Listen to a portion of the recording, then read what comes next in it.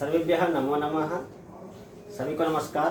प्रिय मित्रों, विद्यार्थियों, हम शब्द रूप माला पढ़ रहे हैं और शब्द रूप माला के क्रम में आज हम अजंत शब्द रूप पढ़ेंगे।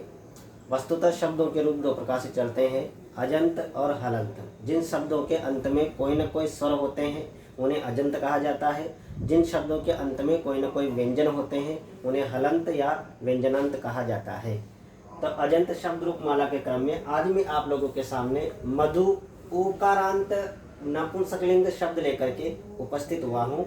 मधु शहद, तो ये अजंत शब्द है, इसके अंत में उ आ रहा है, ठीक है।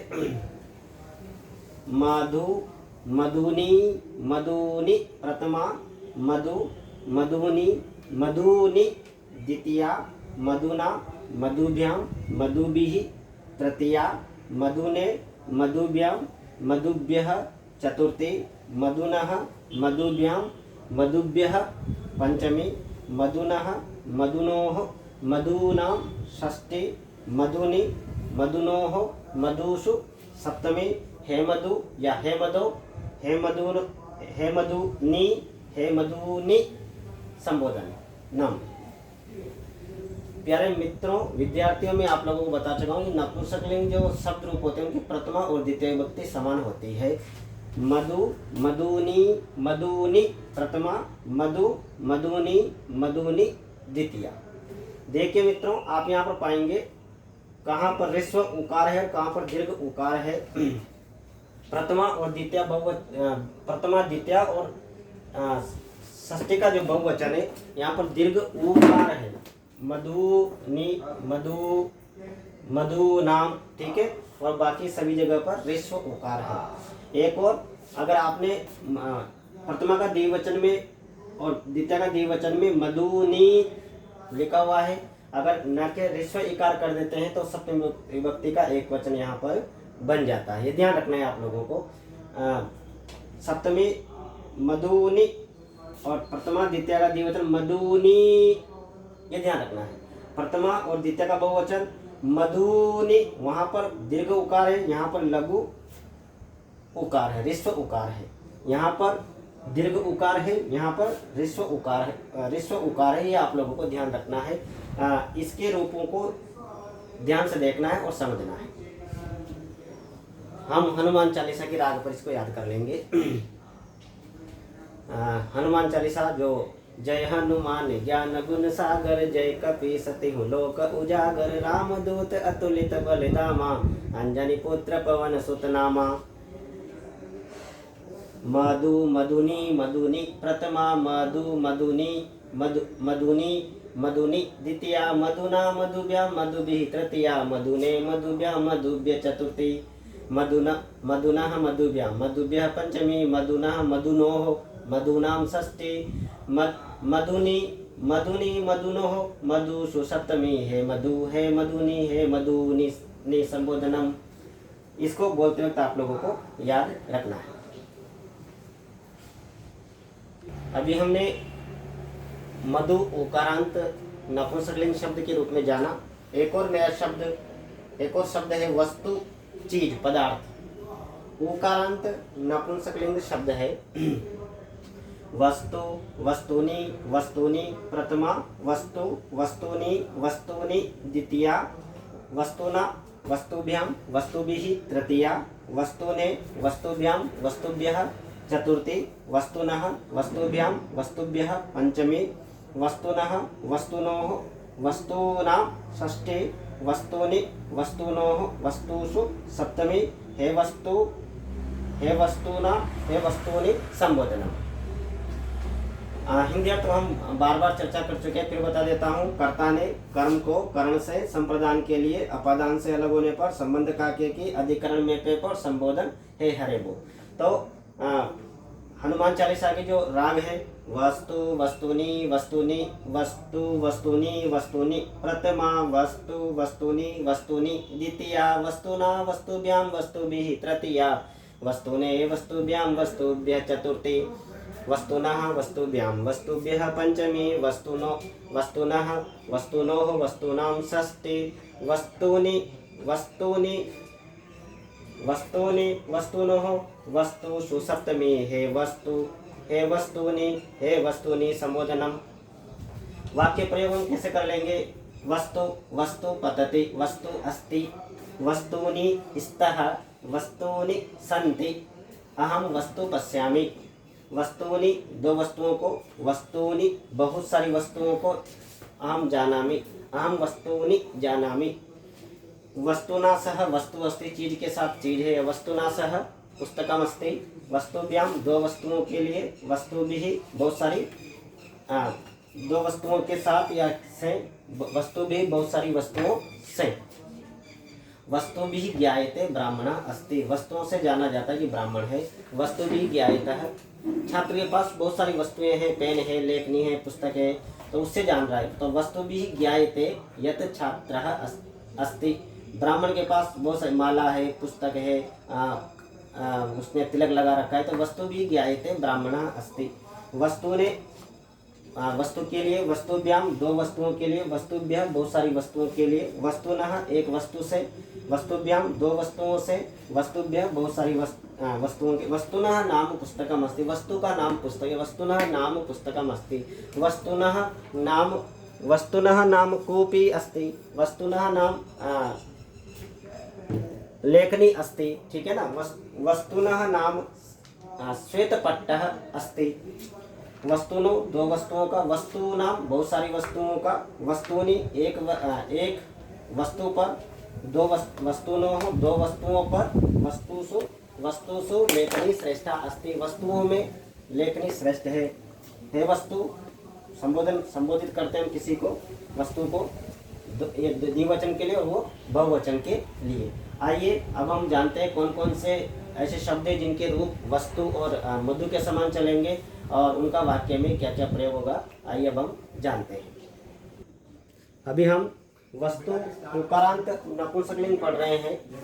इसी तरह जानू घुटना, दारू मदिरा नहीं, पीने वाला पेय पदार्थ नहीं, दारू का मतलब लकड़ी, तालु कंठ तालु, सानु पर्वत, जतु लाख, बहु, लघु, पटु, मृदु, कटु, ये विशेषण शब्द, इन सभी के रूप जो है उकारांत नपुंसकलिंग वस्तु के समान या मधु के समान इनके रूप चलते हैं। तालु सानु इनके रूप पुल्लिंग के समान भी चलेंगे, ये ध्यान रखने योग्य बात है। जानू के रूप हम याद कर लेते हैं। जानू जानूनी जानूनी प्रथमा, जानू जानूनी जानूनी द्वितीया, जानूना जानुभ्याम जानुभीः तृतीया, जानूने जानुभ्याम जानुभ्यः पंचमी, जानूनः जानुभ्याम जानुभ्यः षष्ठी, जानूनः जानूनोः जानूनाम षष्ठी, जानूनि जानूनोः जानूषु सप्तमी, हे जानूनी संबोधनम। इस तरह से हम इनके रूप याद कर सकते हैं। वाक्य प्रयोग हम देखें कैसे करेंगे। सह क्रीणाति वह खरीदता है। यहाँ पर वस्तुनः में षष्ठी विभक्ति पंचमी का एक वचन आया हुआ है, वस्तुनि में द्वितीय विभक्ति का बहुवचन आया हुआ है, कर्म में द्वितीय विभक्ति होती है, तो यहाँ पर आ जाएगा बच्चों वस्तुनि वस्तुओं को खरीदता है। ठीक है। मोहन फलानि खादति मोहन फल खाता है। कटूनी या कटूनी, अब यहाँ पर इस प्रकार के जब प्रश्न आता है, शब्द आते हैं, तब आप लोगों को वहाँ पर थोड़ी सावधानी रखनी पड़ेगी। कटूनी और कटूनी, यहाँ पर कटूनी में ये प्रथमा विभक्ति का प्रथमा दीर्घ उकार आ रहा है, तो प्रथमा विभक्ति का बहुवचन और द्वितीय विभक्ति का बहुवचन है। यहाँ पर कटूनी में क्योंकि ने समान आ रहा है, छोटा की मात्रा यहाँ पर आ रहा है, ऋस्व लघु उकार आ रहा है, तो सप्तमी विभक्ति का एक वचन है। तब अब उनको यहाँ पर फलानी खादती फल खा रहा है, तो यहाँ पर कर्मणि द्वितीय सूत्र से द्वितीय विभक्ति का प्रयोग किया जाएगा। यहाँ पर हो जाएगा कटूनी फलानी खादती, कड़वे फल खाता है। हम विभक्तियों के बारे में अलग से पढ़ेंगे। वचन ही स्वागतम करोति, वचनों से स्वागत करता है। किस प्रकार के वचनों से? तो मृदुभ्य में चतुर्थी और पंचमी का बहुवचन आया हुआ है, मृदुभिः, तो यहाँ पर तृतीय विभक्ति का बहुवचन है। ठीक है। विशेषण विशेष्य के समान ही विशेषण होता है। ठीक है ना। तो यहाँ पर वचन ही तृतीय विभक्ति का बहुवचन आया हुआ है, तो यहाँ पर हो जाएगा मृदुभिः हम विशेषण और विशेष्य के बारे में भी बाद में पढ़ेंगे। मृदुभिः वचनैः स्वागतम करोति, मधुर वचनों के द्वारा स्वागत करता है। सह फलानि पतन्ति, के साथ फल गिरते हैं। लकड़ियाँ काट रहे कोई लकड़हारा, तो लकड़ियों के साथ साथ फल भी गिर रहे हैं। तो यहाँ पर दारुभिः तृतीय व्यक्ति का बहुवचन है, दारुभ्यः चतुर्थी पंचमी का बहुवचन है। तो यहाँ पर तृतीय व्यक्ति का बहुवचन आ जाएगा दारुभिः, लकड़ियों के साथ फल भी गिर रहे हैं। तस्याः पीड़ा अस्ति, उसके पीड़ा है। किसमें पीड़ा है? जानूनः पंचमी षष्ठी का एक वचन और जानूनी सप्तमी व्यक्ति का एक वचन। तो पीड़ा किसमें है? घुटने में। तो यहाँ पर मैं पेपर के लिए सप्तमी व्यक्ति का प्रयोग किया जाएगा और यहाँ हो जाएगा जानूनी पीड़ा अस्ति, जानूनी पीड़ा अस्ति। तो ये वाक्य प्रयोग हम कर रहे हैं। आइए हम अब और भी कुछ वाक्य प्रयोग जानते हैं। विभक्ति वचनम च लिखत, विभक्ति और वचन आप लोगों को लिखना है। आपको वस्तु और मधु शब्द के रूप के आधार पर। वस्तुना मधुना, मधु मधुनी मधुनी प्रथमा, मधुनी मधु मधुनी मधुनी मधुनी द्वितीया, मधुना। यह कौन सी विभक्ति जाएगी? वस्तुना तृतीया एक वचनम, तृतीय विभक्ति का एक वचन यहाँ पर आया हुआ है, तृतीय विभक्ति का एक वचनम। जानूनः वस्तुनः मधुनः पंचमी और षष्ठी विभक्ति का एक वचन। तो ये पंचमी भी है और यहाँ पर षष्ठी विभक्ति का एक वचन भी है, षष्ठी एक वचनम, पंचमी और षष्ठी का एक वचन। तालू नाम, ठीक है। तो क्या हो जाएगा?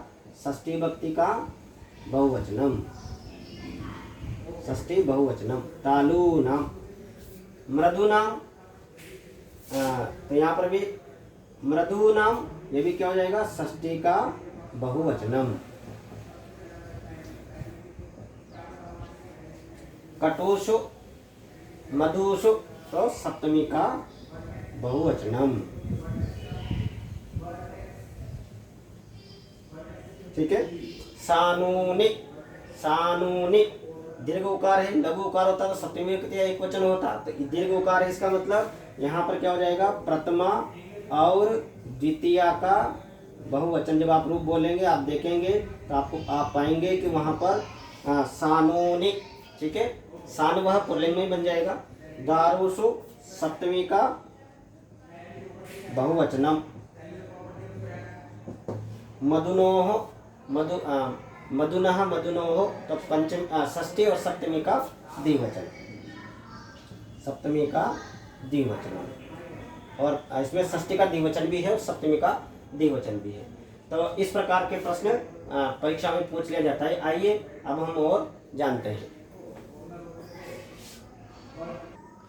निर्देशानुसार हम लिखत, निर्देश के अनुसार आपको उत्तर लिखना है। जानू शब्द की तृतीय विभक्ति का एक वचन, मधु शब्द की तृतीय विभक्ति एक वचन मधुना। तो जानू की क्या हो जाएगी? जानूना, जानू का मतलब घुटना, ठीक है। जानूना। वस्तु चतुर्थी एक वचनम, मधु की चतुर्थी एक वचन मधुने। तो वस्तु की चतुर्थी एक वचन क्या हो जाएगा? वस्तुने।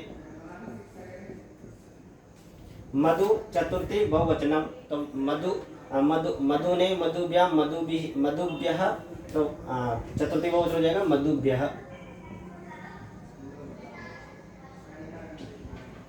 कटु षष्ठी बहुवचनम, तो मधु नाम, तो इसका भी हो जाएगा कटु नाम।